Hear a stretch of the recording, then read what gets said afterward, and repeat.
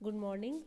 आज हम union parliament के बारे में अध्ययन करेंगे और हमने इससे पहले भी भारतीय संसद एक संप्रभु संस्था नहीं है अथवा संसद की जो प्रभुसत्ता है उसकी सीमाएं क्या हैं, ये हमने भाग 1 और 2 में अध्ययन किया था। और जो भाग इसका 3 है, इसमें हम भारतीय संसद के कार्य और शक्तियों के बारे में पढ़ेंगे। धीमे धीमे हमने आरंभ से ही ये जाना है कि जो पूरे भारत में शासन करती है वो है भारतीय संसद, और ये बड़ी महत्वपूर्ण है। और संसद का जो कुछ भाग है हमने इंग्लैंड के संविधान से लिया हुआ है और कुछ भाग हमने अमेरिका के संविधान से लिया हुआ है। भारतीय संसद संप्रभु नहीं है, किंतु यह शक्तियों का बहुत वृहद प्रयोग करती है और महत्वपूर्ण कार्यों का संपादन करती है। और इसकी शक्तियों को हम निम्न रूप से देख सकते हैं। इसको मैंने 7 भागों में बांटा हुआ है, जो मैं आपको ये अंकित करके बताऊंगी। ये जो इसके 7 भाग हैं, इन सातों के विषय के बारे में और जो इनकी शक्तियां हैं उसके बारे में आज हम अध्ययन करेंगे। तो पहला भाग है वो है व्यवस्थापन संबंधी शक्तियां। किसकी? भारतीय संसद की। संसद को संघीय सूची, समवर्ती सूची के सभी विषयों पर कानून बनाने की शक्ति प्राप्त है। इसके अतिरिक्त सभी संघीय क्षेत्रों के लिए संसद को सदैव ही सभी शक्तियों पर कानून बनाने की शक्ति भी प्राप्त होती है। संकट काल की जो उद्घोषणा के काल में राज्य सूची के विषयों पर संसद कानून बना सकती है। जब कभी 2 या अधिक राज्यों के विधानमंडल प्रस्ताव पास करके संसद से किसी भी विषय के बारे में कानून बनाने की प्रार्थना करें तो संसद कानून बना सकती है। बच्चों, हमने पहले भी इसके बारे में अध्ययन किया था कि 3 हमारी सूची है, संघीय सूची, समवर्ती सूची और राज्य सूची। तो यहाँ पर हम जो पढ़ रहे थे वो 2 सूची मेन है, वो है संघीय और समवर्ती सूची। इन दोनों पर केंद्र सरकार को कानून बनाने का अधिकार प्राप्त है। अब हम नीचे के पायदान में आए तो वो पहला था आपकी व्यवस्थापन संबंधी और दूसरी है आपकी वित्तीय शक्ति। ये बड़ी महत्वपूर्ण है। संविधान द्वारा संसद को संघीय वित्त पर पूर्ण नियंत्रण प्रदान किया गया है और सभी कर संबंधी प्रस्ताव, अनुदानों की मांगे संसद द्वारा स्वीकृत होने पर ही प्रभावी होती हैं, क्योंकि संविधान के अनुसार कानून के प्राधिकार के बिना ना तो कर लगाया जाएगा और ना ही उसको इकट्ठा किया जाएगा। संसद ही लोक लेखा समिति की नियुक्ति करती है, नियंत्रण महालेखा परीक्षक के प्रतिवेदन का विचार कर कार्यवाही करती है और संसद की स्वीकृति के बिना सरकार को राष्ट्रीय वित्त में खर्च का अधिकार नहीं होता।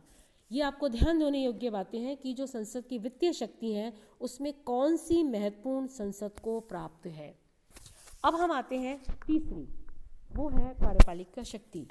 इसको हम शॉर्ट रूप में कह सकते हैं कि भारत में संसदात्मक शासन प्रणाली अपनाई गई है और मंत्रिमंडल संसद के प्रति उत्तरदायी है।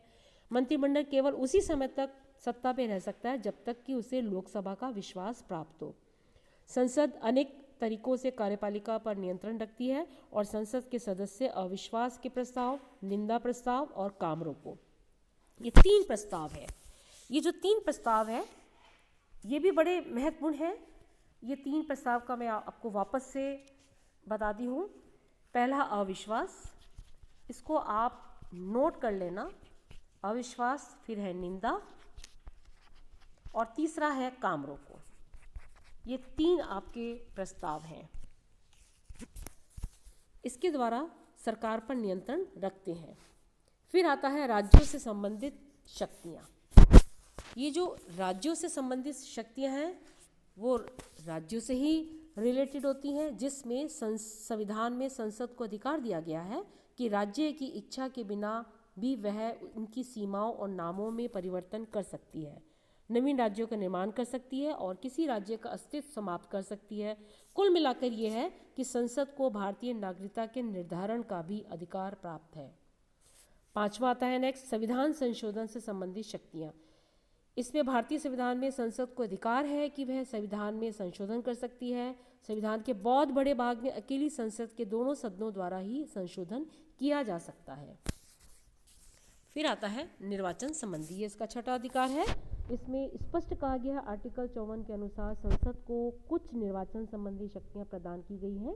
संसद के दोनों सदनों के जो निर्वाचित सदस्य हैं राष्ट्रपति के निर्वाचन के लिए गठित निर्वाचक मंडल के अंग है और आर्टिकल 66 के अनुसार संसद सदस्य उपराष्ट्रपति का निर्वाचन करते हैं। इसका मतलब यह है कि भारतीय संसद को निर्वाचन संबंधी बड़े महत्वपूर्ण अधिकार प्राप्त हैं। लास्ट आता है महाभियोग का अधिकार, यानी संसद के जो दोनों सदनों हैं उनके द्वारा विशेष प्रक्रिया के आधार पर राष्ट्रपति पर महाभियोग लगाया जा सकता है। मैंने जब आपको राष्ट्रपति का निर्वाचन, उसकी शक्तियां, महाभियोग के बारे में पूरा विस्तृत वर्णन किया है, और यहाँ हम शॉर्ट रूप में लिखेंगे कि ये अधिकार किसको प्राप्त है, संसद को। और इसी प्रकार उच्चतम और उच्च न्यायालय के न्यायाधीशों पर महाभियोग लगाने और उन्हें पदच्युत करने का अधिकार भी संसद पारित कर सकती है। तो इस प्रकार से संसद की उपयुक्त शक्तियों को देखते हुए कहा जा सकता है कि भारतीय संसद की शक्तियां और कार्य बहुत बड़े हैं, और संसद सार्वजनिक विवाद स्थल का कार्य करती है, और संसद लोकप्रिय भावना के दर्पण और शिक्षक के रूप में भी कार्य करती है। संसद को लिखित संविधान के अंतर्गत अपनी कार्यवाही चलानी पड़ती है। जब भी संविधान के कारण संसद के कार्य में रुकावट पैदा होती है, संसद संविधान में संशोधन कर सकती है, लेकिन संसद को अधिकार नहीं है कि यह संविधान के मूल ढांचे को बदल दे या कर दे। तो इस प्रकार से संघीय संसद भाग 3 में हमने संसद के जो महत्वपूर्ण कार्यों शक्तियाँ थीं उनके बारे में हमने अध्ययन किया।